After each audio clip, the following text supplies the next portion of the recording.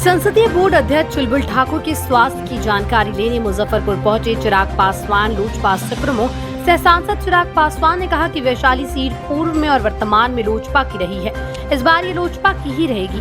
IAS के पाठक और शिक्षा मंत्री के बीच चल रहे विवाद पर चिराग पासवान ने कहा कि सरकार में कितना मतभेद है।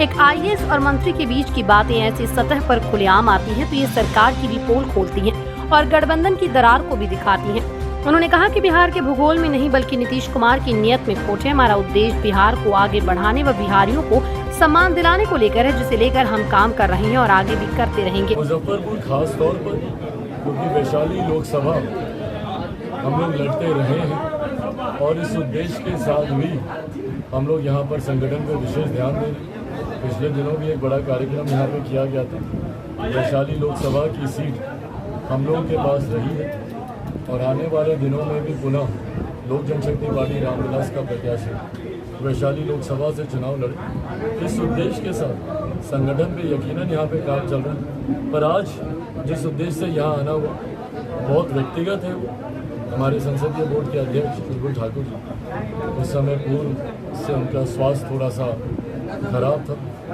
वो आज सिर्फ और सिर्फ उनसे मुलाकात कर उनका हालचाल जानने, उनके परिवार वालों से मुलाकात करने के उद्देश्य से आ जाना हुआ। अच्छा, IAS के पाठक और शिक्षा मंत्री के बीच जिस तरीके से विवाद चल रहा है उस पर क्या कुछ कहेंगे?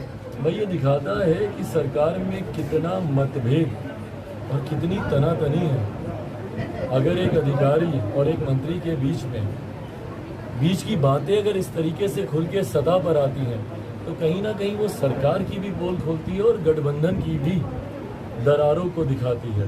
बट बहरहाल ये इन लोगों के बीच का मामला है। कई तरीके की बातें कही गई हैं। सरकार क्या उस पर कदम उठाती है ये निर्णय सरकार को ही लेना। बिहार फर्स्ट, बिहारी फर्स्ट जो आपका नारा है उसका क्या उद्देश्य है? उद्देश्य एक विकसित बिहार का निर्माण है।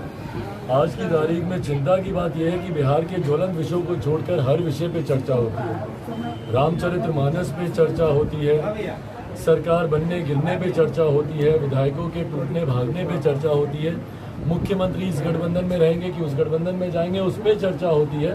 पर बिहार में जो ज्वलंत विषय है, बिहार की गिरती कानून व्यवस्था, बढ़ता भ्रष्टाचार, गिरती यहाँ पे स्वास्थ्य व्यवस्था, गिरता शिक्षा का स्तर, युवाओं के साथ जिस तरीके से दमन हो रहा है, युवा मजबूर है पलायन करके दूसरे राज्यों में जाने के लिए, छात्रों पे लाठी चलाई जाती है, शिक्षकों पे लाठी चलाई जाती है, अभ्यर्थियों पे लाठी चलाई जाती है, बट उसके ऊपर कोई बात ही नहीं कर रहे। बिहार फर्स्ट, बिहारी फर्स्ट सिर्फ और सिर्फ बिहार और बिहारियों से जुड़े हुई समस्या का समाधान है और ये सही मायनों में समाधान है। मुख्यमंत्री की समाधान यात्रा वाला नकली समाधान नहीं। आप कोई भी समस्या बिहार से जुड़ी हुई हो, बेरोजगारी की समस्या, बेरोजगारी का इसमें प्रमुखता से इसमें जिक्र किया है। भाई बिहार में जब तक निवेश नहीं आएगा, जब तक यहाँ पे IT सेक्टर नहीं खुलेगा, जब तक उद्योग नहीं खुलेगा, और उद्योग खुलेगा कैसे भैया, जब हमारे मुख्यमंत्री खुद कहते हैं कि प्रदेश लैंडलॉक्ड है इसलिए यहाँ पे उद्योग नहीं लग सकता। दिक्कत बिहार के भूगोल में नहीं है, दिक्कत मुख्यमंत्री जी की नीयत में है। तो क्या सेल यहाँ बैठाया जा सकता है? वो यहाँ पे उद्योग खुलवाना नहीं चाहते। सेल बिहार में बैठाया जा सकता है जनाब? जब हम एक बार जवाब देते जो प्रश्न आपने पूछा। आखिरी बार मेरे मुख्यमंत्री ने इन्वेस्टर समिट कब किया, कब उन्होंने निवेशकों को यहाँ पे बुलाया कि भैया आप आइए निवेश कीजिए, यहाँ पे IT सेक्टर खोलिए, उसके लिए हम आपको सुविधाएं देंगे। तो जब तक आप इन चीज़ों पे बात नहीं करेंगे, यहाँ पर एक से मतलब कृषि प्रधान प्रदेश है भैया, एक से एक उत्पादन होता है, क्यों नहीं यहाँ पे प्रोसेसिंग यूनिट्स लगाए जाते हैं। यहाँ की लीची दूसरे प्रदेशों में जाकर, दूसरे देशों में जाकर 4 गुने 10 गुने दाम पर बिकती है, क्यों नहीं उसको यहाँ पे प्रोसेस किया जाता, क्यों नहीं उसकी पैकेजिंग मार्केटिंग की जाती।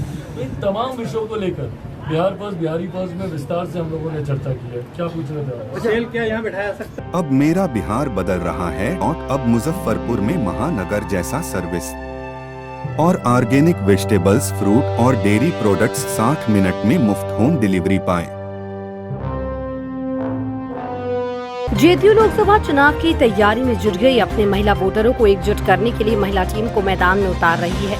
इसी तैयारी को लेकर गुरुवार को इमली चट्टी स्थित जिला कार्यालय में जेडीयू महिला प्रकोष्ठ की बैठक हुई। जिला अध्यक्ष सोनी तिवारी की अध्यक्षता में बैठक हुई। जेडीयू के वरिष्ठ महिला नेत्रियों ने बैठक कर महिला वोटरों को एकजुट करने की योजना तैयार की। महिला नेत्री घर घर जाकर महिलाओं को नीतीश कुमार द्वारा किए गए कार्य को बताएंगी। नीतीश कुमार ने महिलाओं को जो अधिकार दिया उसकी चर्चा करेंगे। साथ ही महिलाओं को आरक्षण के जरिए किस तरह समाज में आगे बढ़ाया है उसकी चर्चा होगी। बैठक को संबोधित करते हुए जिलाध्यक्ष सोनी तिवारी ने कहा कि राष्ट्रीय कार्यकारिणी के निर्देश पर जनसंपर्क अभियान चलाया जाएगा, जिसमें महिलाओं को एक साथ जोड़ा जाएगा। इस लोकसभा चुनाव में महिला जीतीओ की बेस वोट बैंक होंगी। जितने भी वरिष्ठ नेत्री हैं जदयू की, उन लोगों को बुलाया गया था पार्टी कार्यालय में, ताकि सब लोगों से मिलकर बात विचार करके विमर्श करके कि कैसे पार्टी को आगे बढ़ाना है, कैसे आगे काम करना है। जो दायित्व मुझे दिया गया है, प्रदेश से जो दायित्व मिला है, उसमें कैसे काम करना है, प्रखंड स्तर तक जाकर महिलाओं को जोड़ना है। जो 50% आरक्षण मुख्यमंत्री जी ने हम लोगों को दिया है, उस पर किस तरह से काम करना है। और वोट जो असली वोट है वो महिलाओं का ही वोट है मुख्यमंत्री जी को, तो इस पे हम लोगों का वो काम करना है। इसीलिए आज बैठक बुलाई गई है।